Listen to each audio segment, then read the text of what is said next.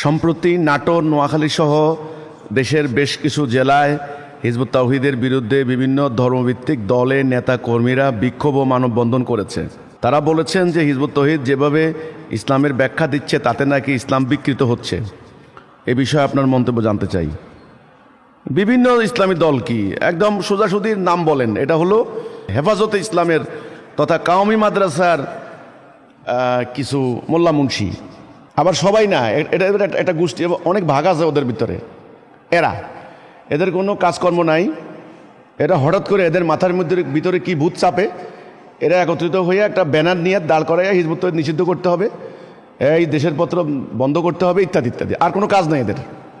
কি ইসলামের ব্যাখ্যা দিচ্ছে, ইসলাম বিকৃত হচ্ছে।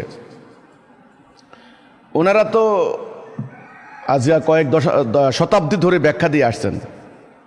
ইসলামের উন্নতিটা কোন দিক দিয়ে হইল? কোন দিক দিয়ে হইল? জাতি তো হারতে হারতে হারতে হারতে মরতে মরতে মরতে টুকরা টুকরা হইতে হইতে হইতে হইতে শেষ। ওনারা তো ইসলামের ব্যাখ্যা দিয়ে আসছেন এ পর্যন্ত। ব্যাখ্যা আল্লাহর হুকুম দিয়েছেন একটা, ওনারা ব্যাখ্যা দিয়েছেন আরেকটা। আল্লাহ বলছেন কিতাল করো, কিতাল করো আল্লাহর রাস্তায়, আর ওনারা বলছেন যে কিতাল করবো কার বিরুদ্ধে? আল্লাহ রসুল বলছেন জেহাদ করো, আল্লাহ বলছেন কোরআনে জেহাদ করো।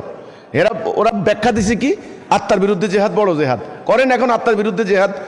ওই যে ইরানে যে এই যে এত বড় মিসাইল মারতেছে, কই ইরানের ওদেরকে বলেন বসে বসে আত্মার বিরুদ্ধে জেহাদ করতে। আবার ইরানিরা তো আত্মার বিরুদ্ধে জেহাদ খুব ভালোবাসে, আত্মার বিরুদ্ধে জেহাদ করতে কর না কেন? তো এরকম ব্যাখ্যা দিচ্ছেন তো আপনারা। আমরা বলছি তাওহীদ জান্নাতের চাবি, ব্যাখ্যা দিচ্ছেন নামাজ বেহেশতের চাবি, খালি নামাজ পড়ো, খালি নামাজ পড়ো। আমরা বলছি ঐক্যবদ্ধ হইতে হবে, ঐক্যবদ্ধ হওয়া ফরজ, ঐক্য নষ্ট করা কুফরি। আরে ওনারা বলছেন আল ইখতিলাফ রহমত, ইখতিলাফ নাকি রহমত, ইখতিলাফ করে যত খুশি ইখতিলাফ করো। মাযহাব ফেরকা নিয়ে বিভিন্ন মাসলা মাসাইল নিয়ে তর্ক বিতর্ক বাহাস করে করে বাস টুকরা টুকরো হয়ে গেছে। এখন বাংলাদেশে যতগুলা কাউয়া আছে ততটা দল আছে, কাউয়ার থেকে দলের সংখ্যা বেশি। এই সত্য কথাগুলি আমরা বললাম। ধর্মের নামে ব্যবসা করা অর্থাৎ দ্বীনের বিনিময়ে আল্লাহ তাআলা কোরআনে এটা হারাম করেছেন। সূরা বাকারা 174 নম্বর আয়াত, সূরা ইয়াসিনের 21 নম্বর আয়াত, আরো বহু আয়াত আছে। আল্লাহ তাআলা কোরআনে বলেছেন যে আমার দ্বীনের বিনিময় নিবা না, বিনিময় নিলে আগুন খাওয়া, এটা নিষিদ্ধ, এটা প্রহিবিটেড, স্ট্রিক্টলি প্রহিবিটেড। আল্লাহ তাআলা সেটা করেছেন। আর এনারা বলছেন কি আমরা খাবো কি করে, বাস জায়েজ করে দিয়েছেন, জায়েজ করে দিয়েছেন। আল্লাহ রসুল বলছেন জিহাদের ময়দানে গনিমত হচ্ছে উত্তম রিজিক, আর এনারা ফতোয়া দিয়েছেন ওই মানুষের ঘর থেকে ওই ভিক্ষা করে খাওয়া এটা হলো উত্তম রিজিক। তো কাজেই এখন ব্যাখ্যা তো আপনারা দিলেন এ পর্যন্ত, আমরা কি ব্যাখ্যা দিলাম? আমরা তো কোনো ব্যাখ্যাই দেই নাই, ব্যাখ্যা দেওয়া তো নিষেধ। আল্লাহ বলছেন আহসানা তাফসীর, মানে হলো সুন্দর তাফসীর সহ আমি দিয়েছি। হে রাসূল, তারা এমন কোনো সংকট আপনার সামনে হাজির করে না যার সুন্দর তাফসীর সহ আমি দিয়েছি। তা আহসানা তাফসীর আল্লাহর কোরআন, তাফসীরের প্রয়োজন নেই, আপনারা তাফসীর করলেন। দিনের বিনিময় নেওয়া নিষেধ। আমরা বলেছি ওয়াজ করেন টাকা নিয়েন না, ইমামতি করেন টাকা নিয়েন না, মুর্দা দাফন করেন টাকা নিয়েন না, এই ওনারা টাকা নেবেন।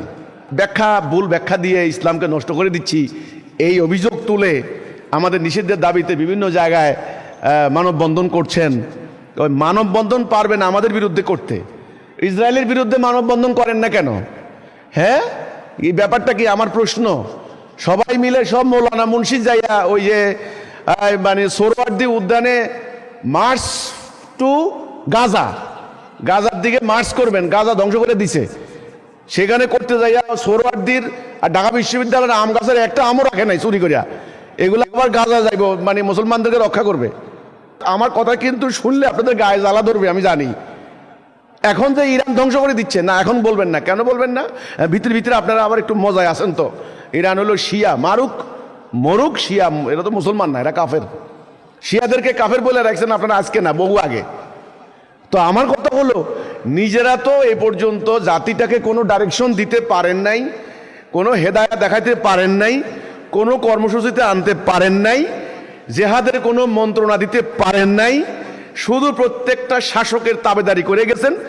ওই এক নেত্রীরে মা জননী বইলে আমগো মা, কাওমি জননী, মাকে পিটাইয়া দেশের মানুষ বাড়ি করে দিয়েছে, সন্তানদের কোনো খবর নাই, সন্তান উল্টা মার লগে বেঈমানি করে।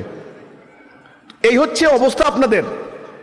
আমার কথা হচ্ছে এখানে আপনারা পারবেন গেলে আমাদের বিরুদ্ধে, কারণ আমাদেরকে আপনারা মনে করতেছেন সিটিং ডাক, হাতের কাছে আছে আপনাদের কাছে কাছে, এবার এদেরকে দুইটা মারি নিয়ে আমরা ইমানের ইমান দেখাই, পারবেন না, আসলে আর কারো কিছু করতে পারবেন না।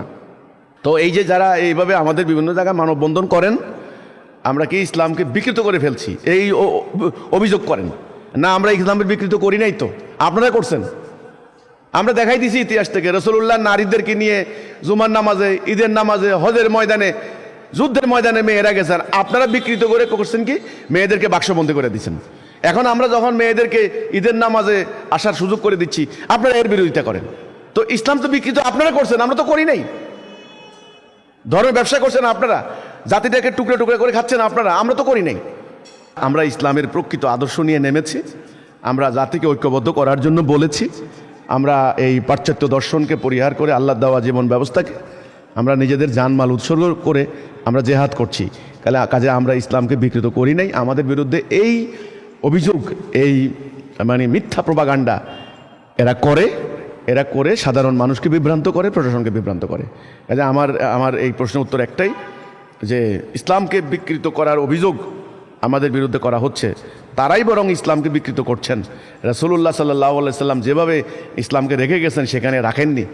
তারা নিজেরা ফেরকা মাযহাব করেছেন, দিনের বিনিময় নিয়ে খাচ্ছেন, আল্লাহর রাস্তায় আল্লাহর দিন প্রতিষ্ঠার সংগ্রাম বাদ দিয়েছেন, মানুষের তৈরি আইন মেনে নিয়ে কোরআনকে তফসিরুল কোরআন মাহফিল করে টাকা কামাই করে খাচ্ছেন, কিন্তু কোরআনকে রাষ্ট্রীয় জীবনে প্রতিষ্ঠা করছেন না। তো বিকৃত আপনারা করছেন, আমরা করি নাই। আর মেয়েদেরকে বাক্সবন্দি করেছেন, মেয়েদেরকে পুরো জাতির সামষ্টিক কাজে, সামাজিক কাজে অংশগ্রহণের সুযোগ করতে না দিয়ে। বিকৃত আমরা করিনি, আপনারা করেছেন। আমাদের নামে এই ধরনের কথা বলে আপনারা প্রপাগান্ডা ছড়াবেন না। তো বিক্ষোভ মিছিল, মানববন্ধন যারা করছেন, আপনারা এ ধরনের অহেতুক, অনর্থক, বেআইনি, উগ্রবাদী কর্মকাণ্ড থেকে নিজেদেরকে বিরত রাখুন। পরিস্থিতির সামনে খুব ভয়াবহ আসতেছে, কিভাবে নিজেরা বাঁচবেন, নিজেদের সন্তানাদি বাঁচবে সে চিন্তা করুন। অনর্থক হিজবুত তাওহীদের পিছনে লেগে সময় নষ্ট করেন না, অন্য কিছু ভাবেন, কাজও হবে, লাভ হবে। হিজবুত তাওহীদ আল্লাহর দ্বীন প্রতিষ্ঠা করতে দাঁড়িয়েছে।